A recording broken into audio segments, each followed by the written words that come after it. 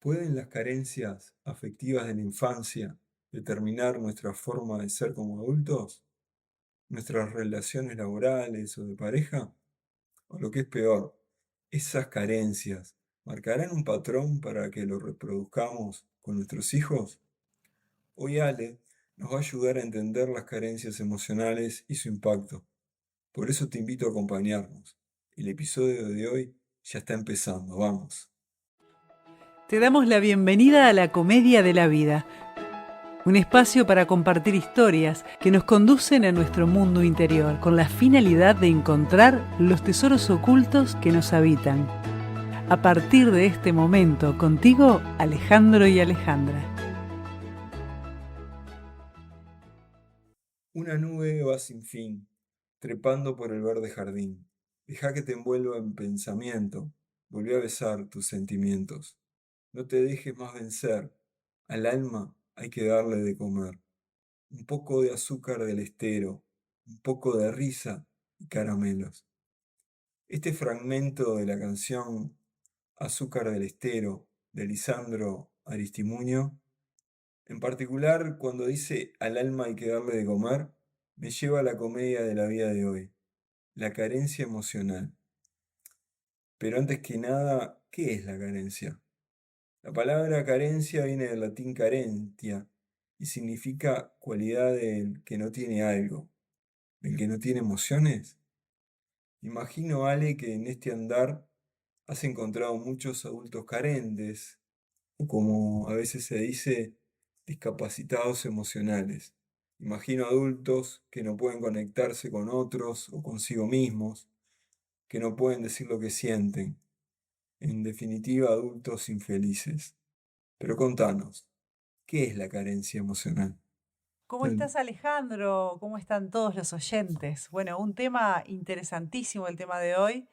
Y en verdad, para mí, la carencia emocional realmente es la vedette de las epidemias, ¿no? Es realmente la epidemia de turno y creo que lo ha sido a lo largo de la historia. Si hay algo que la mayoría de las personas comparten, es el hecho de estar en un estado de carencia o mendicidad emocional. Pero bueno, antes de seguir con estos detalles, vamos por la definición correspondiente. Entonces dice así. La carencia emocional se produce cuando los padres no satisfacen necesidades emocionales básicas para el niño como son sentirse protegido, querido y valorado. Son necesidades vitales para un niño para poder desarrollar una buena autoimagen y manejo interno y externo del mismo, de él mismo y de las situaciones. Bueno, qué temita el de hoy. Yo creo que en la actualidad todas las personas se vinculan o muestran desde esta carencia.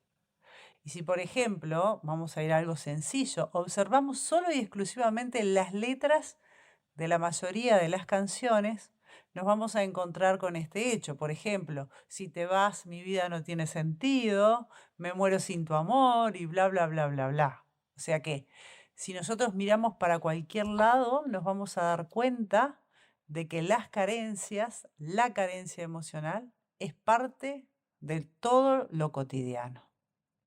Entonces, este hecho no solo ocurre a nivel de pareja, funciona en todos los órdenes en los cuales nos vinculamos, los padres y los hijos, entre hermanos, laboralmente, entre amigos. Todo el tiempo nos estamos moviendo con la necesidad de agradar, de ser querido, de ser aceptado, de poder pertenecer. Entonces, básicamente, la carencia emocional, como te decía, es total y absolutamente la vedette de las epidemias. Ale, ¿y qué síntomas podemos encontrar? ¿Cómo la identificamos? No sé, el miedo a la soledad, el sentirse inferior, que, ¿cómo identificamos que tenemos carencias emocionales para trabajar?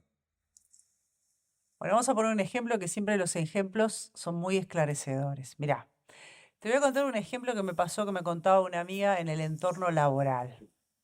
Entonces, me contaba hace unos días que una compañera de trabajo está sistemáticamente viendo qué es lo que ella hace, para luego ver si lo puede hacer mejor o hay algún tipo de comentario o alguna falla para subirse un escalón por encima de esa falla y poder ser vista, ¿no?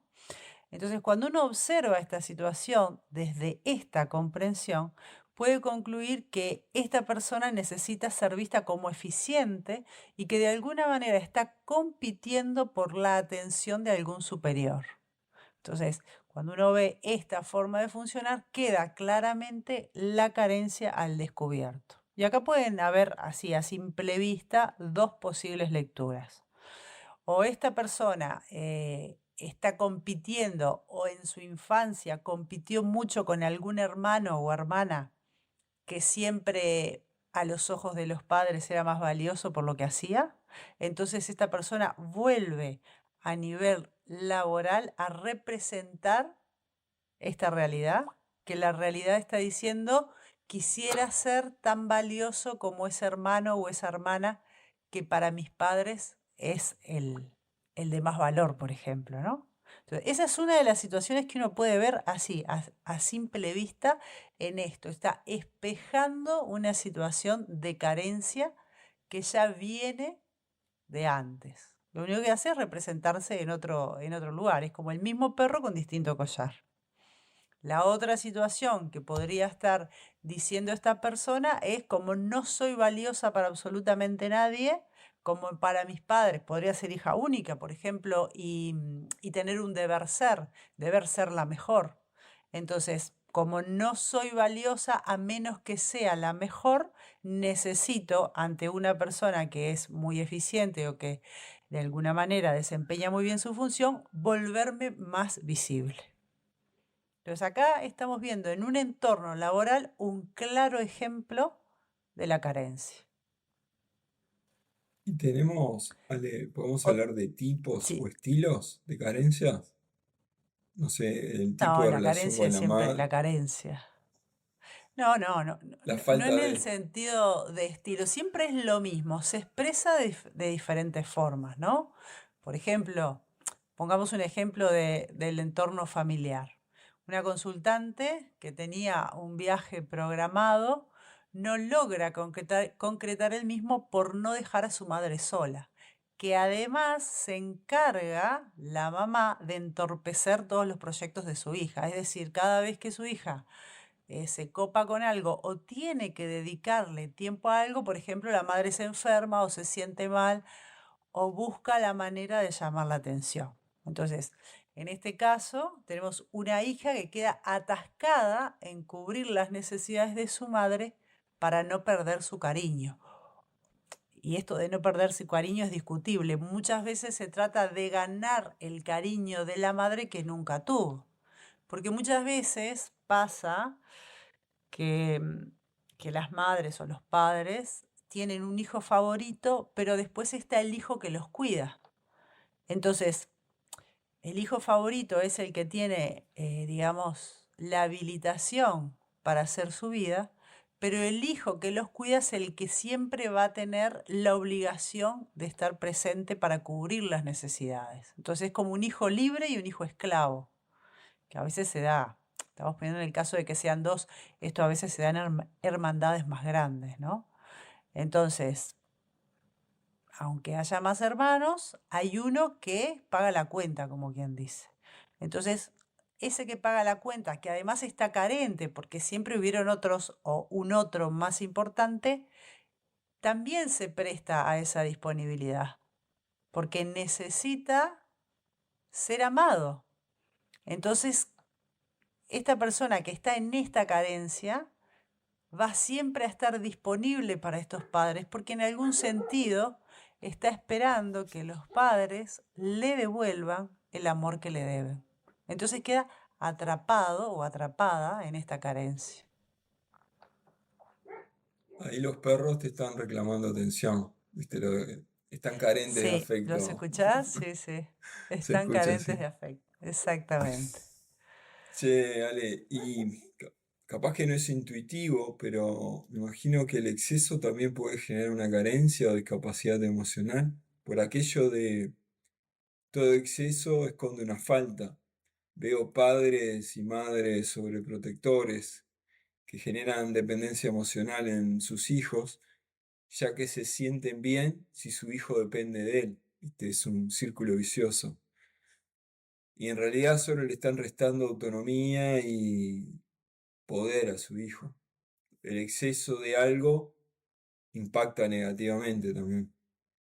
Es una pregunta en Sí, realidad. igual, no, está bien, entendí perfecto. Esto en realidad es una llamémosle una compensación transgeneracional, porque para que unos padres sean excesivos con unos hijos, previamente tuvieron que haber sido carentes ellos mismos. Por ejemplo, si yo considero que mis padres no me dieron amor, no me cuidaron, no me protegieron, un poco las cosas que habíamos visto hace un ratito en la definición, yo voy a considerar que cuando yo tenga una familia, no quiero que mis hijos pasen por eso. Entonces lo que voy a hacer es exceder aquello que a mí me faltó. En realidad, con mis hijos, lo que yo estoy haciendo es cubrir mi propia carencia a través de su existencia. Porque no estoy haciendo lo que es mejor para ellos, estoy haciendo lo que yo necesité que hubieran hecho conmigo. Entonces, es una forma de compensar a través de eh, un amor ciego, porque esto realmente es como un amor ciego. Te quiero tanto que necesito que estés acá cubriendo mi necesidad emocional a través de este amor entre padres e hijos. Entonces, este amor, que Perdón. es un amor ciego, me imposibilita ver al hijo como tal y cubrir sus necesidades de hijo. Sus necesidades de hijo que requieren límites, ¿no? Y esto yo creo que si uno lo observa en las generaciones anteriores, capaz que un poco anteriores a las nuestras, yo en mi generación observo, por ejemplo, que a los padres les cuesta muchísimo, a los padres de mi generación, poner límites. En general, no es que les cueste a todos, siempre hablamos de generalidades con las que uno se observa en el ambiente. Entonces les cuesta horrores poner límites. Entonces, ¿qué significa? Que los padres de mi generación quizás fueron excesivos poniendo límites. Entonces, si mis padres hubiesen sido excesivos en ponerme límites a mí, en usar la violencia, en usar la tortura psicológica, como le digo yo, etcétera, el terrorismo psicológico, cuando yo tenga que poner un límite a mi hijo o a mi hija, voy a estar sistemáticamente pensando que no quiero darles el sufrimiento que a mí me dieron, cuando en realidad los límites son necesarios. Siempre el problema está en el exceso. Bien. Y con todo esto, ¿cómo nos curamos? ¿Cómo nos sanamos? A lo que me refiero es que está claro que no pudimos controlar nuestra infancia, no pudimos controlar a nuestros padres. Y si tuvimos una infancia sin afecto o con violencia, como contabas recién, el evitar el sufrimiento te puede llevar a desconectarte del sentir. Porque en algún momento debemos liberarnos de nuestra infancia, ¿no? Si no es muy fácil, "Ta, me pasó esto de chico, ta, yo soy así". Es una justificación para seguir incapacitados, este, y seguir en nuestra zona de confort. Pero, ¿cómo nos podemos sanar de esto? ¿Cómo podemos salir? Mira, te voy a dar la respuesta con una frase de Nietzsche que dice así: si quieres volverte sabio, primero deberás escuchar a los perros salvajes que ladran en tu sótano. Me encanta esta frase, me gusta Sí, mucho porque no está hablando de los perros que ladran en tu sótano, está hablando de los perros salvajes que ladran en tu sótano. No son solo perros, son salvajes. ¿Por qué son salvajes? Porque las consecuencias de no observar esto, de no darnos cuenta cómo estamos funcionando, hace que esto tenga todos los matices habidos y por haber, hasta la muerte, porque la muerte es una de las consecuencias de las carencias emocionales. Entonces, cuando una persona se le salta tanto la chaveta que considera que su vida solo es posible con fulano o mengano o perengano, y yo veo que ese fulano tiene otro proyecto de vida que no es conmigo, perfectamente lo puedo matar en un ataque de celos. Entonces, Tenemos el observador, ¿no? realmente, exactamente, volvemos, para quien no haya escuchado el programa del observador, lo invitamos a que vuelva y busque ese programa y lo escuche. Porque nosotros dijimos, el observador es como el monitor de la PC, va a estar siempre controlando cómo estamos haciendo lo que hacemos. Porque si no, siempre, siempre, siempre, siempre somos la consecuencia de otras historias. Y si nosotros no nos observamos, vamos a estar repitiendo, como disco rayado, las mismas historias familiares, las mismas carencias, generando el mismo dolor. Entonces yo no soy capaz de observar estas carencias emocionales, que todos las tenemos en algún punto, por supuesto, ¿no? Pero si no somos capaces de poder decir esto sí o esto no me conviene, vamos a estar siempre atrapados en, en historias y de alguna manera no elegirnos. Mira, te voy a contar una historia que me pasó una vez con una consultante.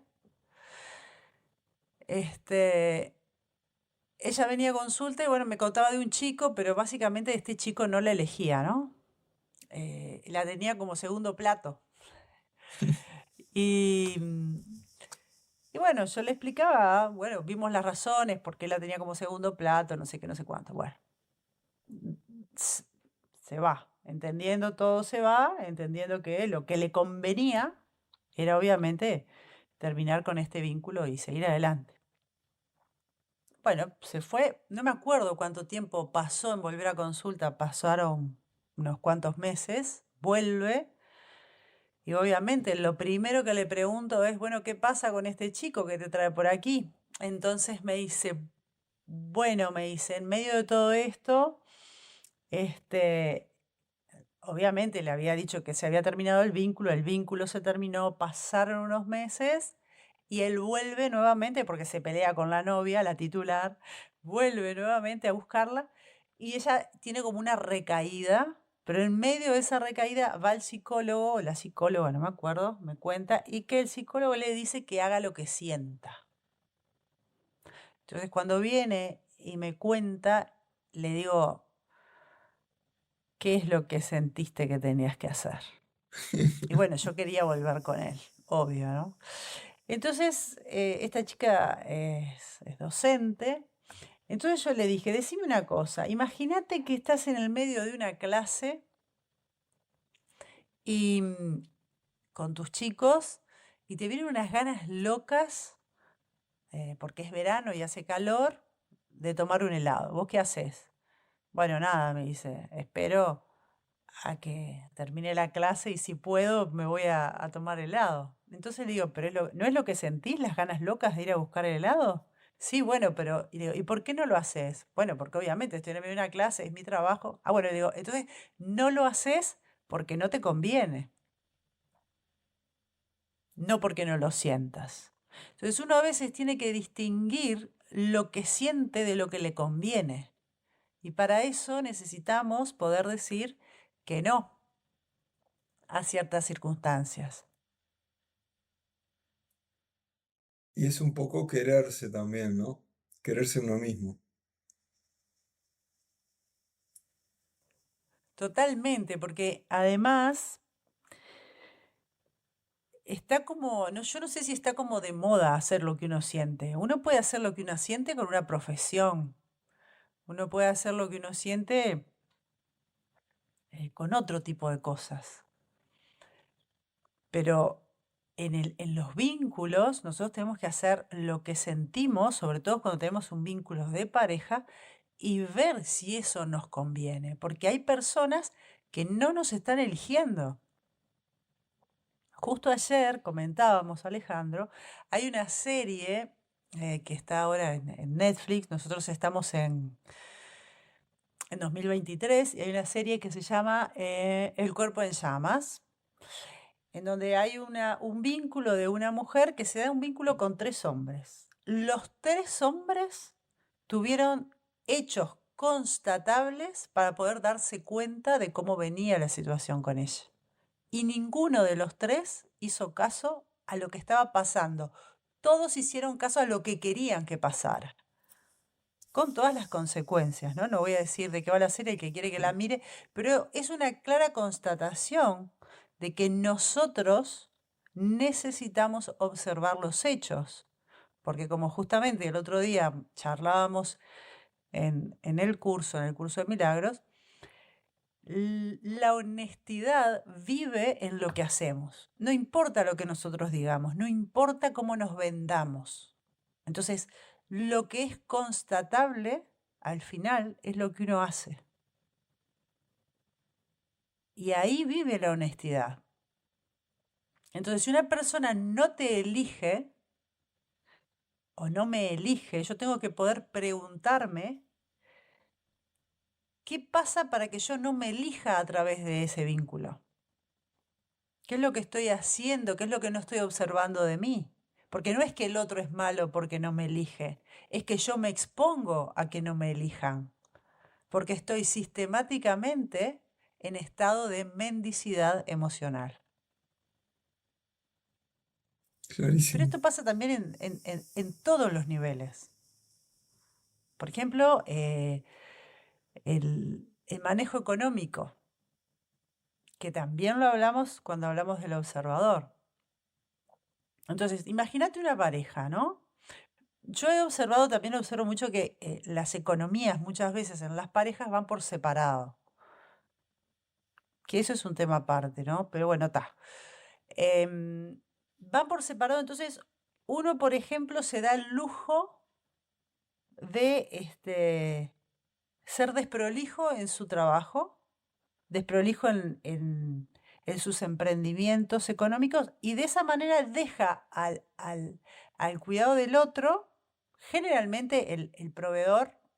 No es que sea hoy así, pero en la mayor parte de los casos el proveedor sigue siendo el hombre. Entonces, imaginemos, no, imaginemos un hombre que tiene su propio emprendimiento, pero que es muy desprolijo, no controla su emprendimiento, no controla lo que le deben, no controla. Entonces, ahí tenemos un hombre que es desprolijo con su emprendimiento, con los controles y con lo que le corresponde hacer como adulto en cuanto al manejo económico. Y después tenemos su esposa y sus hijos. Entonces, ¿qué pasa? Como él es desprolijo en esa forma de funcionar, permite que su esposa se haga cargo de sus hijos. O sea, económicamente podemos decir, no alimenta a sus hijos porque está funcionando en un modo infantil para el manejo de las finanzas. Esto no puede pasar. Vos no podés dejar de alimentar a tus hijos. Cuando digo alimentar es todo lo que significa, ¿no? La alimentación, la educación, el techo, etcétera. Entonces, muchas veces, como tengo un caso conocido, eso se va transfiriendo, por ejemplo, no solo a su esposa, sino a los hermanos de la esposa que la ayudan. Y esto es una locura. Es una locura, porque en verdad, si uno lo observa desde la perspectiva del inconsciente, estás dejando a tus hijos a que otros se hagan cargo. Los estás matando inconscientemente, porque no los estás alimentando, no los estás cuidando. ¿Por qué? Porque tenés un manejo infantil del dinero. ¿Por qué tenés un manejo infantil del dinero? Porque hay aspectos en la vida en los cuales está funcionando como un niño carente, del cual alguien más tiene que hacerse cargo. Entonces, como yo le decía Claro. a la esposa, le decía, tenés tres hijos, no tenés dos, tenés tres. Porque hay un Qué brutal, ¿no? adulto que en su carencia emocional está siendo un niño. Funcionalmente no es padre, no es esposo, es otro hijo. Y ahí tenemos otro Y, ejemplo de carencia que tiene que ver, por ejemplo, en lo económico. Y es de nunca acabar, ¿no? Porque esos hijos después crecen con su propia Claro, crecen con estructura. este molde, ¿no? El amor es esto, Claro. entonces después lo replican. El amor es no hacerse cargo de, después lo replican. Entonces después todos nos vamos, porque todos vamos resonando en la vida, entonces todos nos vamos conectando desde esta resonancia. Entonces después todo lo que me pasa es horrible y todo lo que está fuera es lo despreciable, pero nadie mira hacia adentro. Nadie mira hacia. A mí me asombra sobremanera el desorden con el que viven las personas. El desorden emocional, el desorden alimentario, el desorden económico, el desorden de lo que a cada uno le corresponde en su rol de familia. Es abismal el desorden.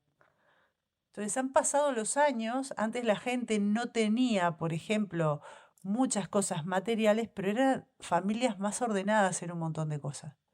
Ahora tenemos todo lo que queremos, podría decirse de esa forma, capaz que no todo, pero tenemos acceso a un montón de cosas que antes no eran de tan fácil acceso. Nos llenamos de cosas, pero estamos cada vez más vacíos en cuestiones que hacen el funcionamiento. Entonces, después de todo esto viene la queja y lo malo que son las cosas afuera, pero en realidad nadie observa donde hay que observar. Todos están Para buscando encontrar la afuera luz, lo para que hay encontrar que la luz buscar hay que ir a la adentro. oscuridad. Claro. Exacto. Es así. Entonces, te voy a comentar una frase de Bert Hellinger que dice así: mientras esperamos que para nuestra alma cambie algo si otros cambian, nos ponemos a merced de terceros. El hecho de abandonar esta esperanza nos centra y nos da fuerza.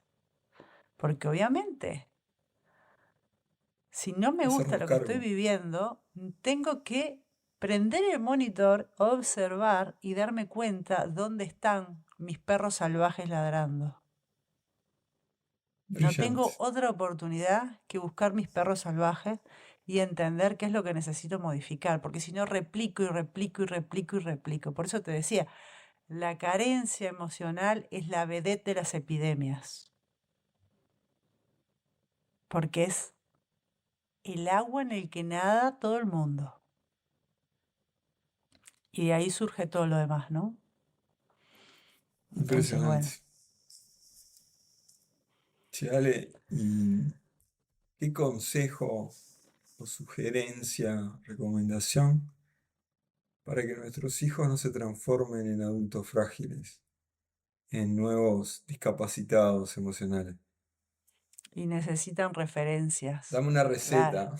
Referencias claras, referencias claras. Y está bueno también uno en el camino, porque obviamente todos cometemos errores y todos venimos de familias que tienen sus carencias, porque por eso estamos en esta realidad, para crecer. Entonces a todos nos pasa. Entonces está bueno encontrar cosas que nos sirvan e ir comentando. Bueno, a mí me pasaba esto porque viví esto, ahora entiendo tal cosa y lo voy a hacer así.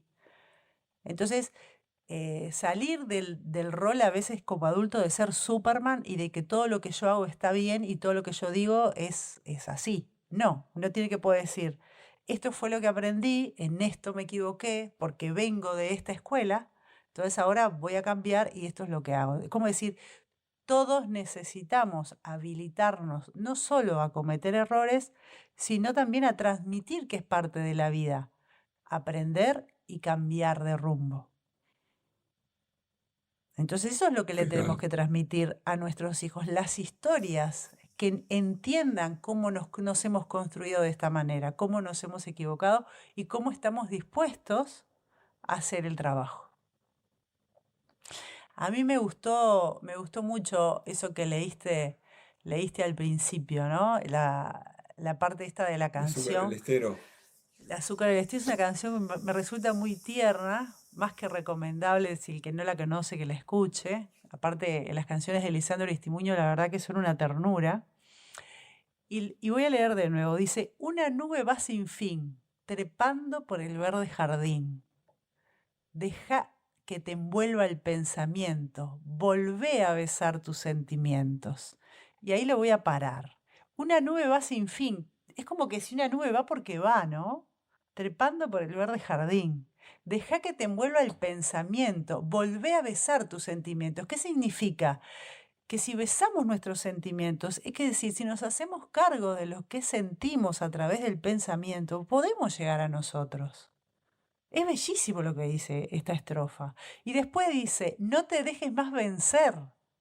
Al alma hay que darle de comer un poco de azúcar del estero, un poco de risa y caramelos. ¿Qué significa no te dejes más vencer? Significa un poco lo que decía la frase de Bert Hellinger. Es como decir, deja de entregar el poder. Deja de esperar que algo cambie si los otros cambian. Siempre sos tú el que tiene que cambiar. No te dejes más vencer. Al alma hay que darle de comer. Un poco de azúcar del estero, un poco de risa y caramelos. Es bellísimo esto.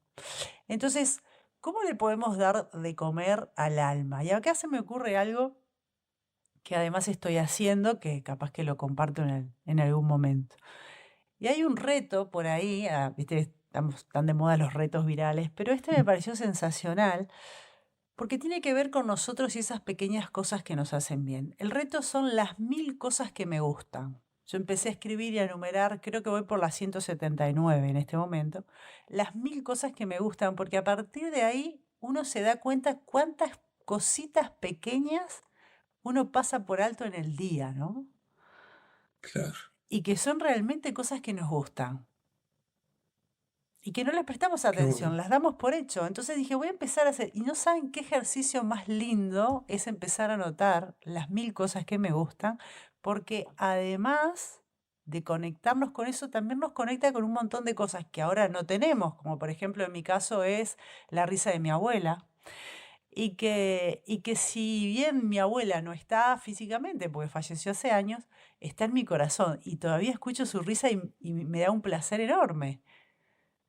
Entonces esas son las cosas que de alguna manera dice esta canción, un poco de azúcar del estero, al alma hay que darle de comer, un poco de azúcar del estero, un poco de risa y caramelos. Entonces, démosle caramelos a nuestra alma y está re lindo porque además a medida que estoy escribiendo estoy con personas que viven conmigo, mi esposo, mi hija, y les digo, díganme un número. Y ahí ellos me dicen un número y yo les voy contando, ¿no? Esas cosas que me gustan. Entonces, es una forma muy sencilla y muy económica de darle de comer al alma. Solo para eso, para empezar a conocernos, para empezar a observar qué es lo que nos gusta. Me encantó el reto, Ale. Bueno, a ver si lo Vamos a haces ver hasta dónde llegamos. y en el próximo programa comentamos cómo vamos con el reto. ¿Qué te parece? Y los invitamos a Y todos la los verdad no me parece, oyentes. pero ya me lo tiraste al aire, ¿no? Los invitamos a los oyentes a que también nos vayan contando qué cosas son las que les gustan. Qué bueno. Me encantó nuestro encuentro, Ale, como siempre. Buenísimo. Espero que los amigos que nos están acompañando nos pasen comentarios, sugerencias de nuevos temas. ¿Vos tenés algo ya en mente para la comedia que viene? Me gustaría para el próximo capítulo, no sé si va a ser, pero vamos a intentarlo, incluir algo que tenga que ver con neurociencias, que esa Qué bueno. herramienta maravillosa que tenemos que es el cerebro, necesitamos también comenzar a entender cómo funciona y bueno, darle también caramelos. Así que Muchas bueno, gracias, Ale. Me gracias a encantó ti, el episodio de hoy. los esperamos en el próximo programa y sobre todo en los comentarios, que es la forma que por ahora tenemos de interactuar. Muchas gracias. Gracias a todos. Nos vemos. Nos escuchamos. Gracias por acompañarnos hasta acá. Te esperamos en el próximo capítulo.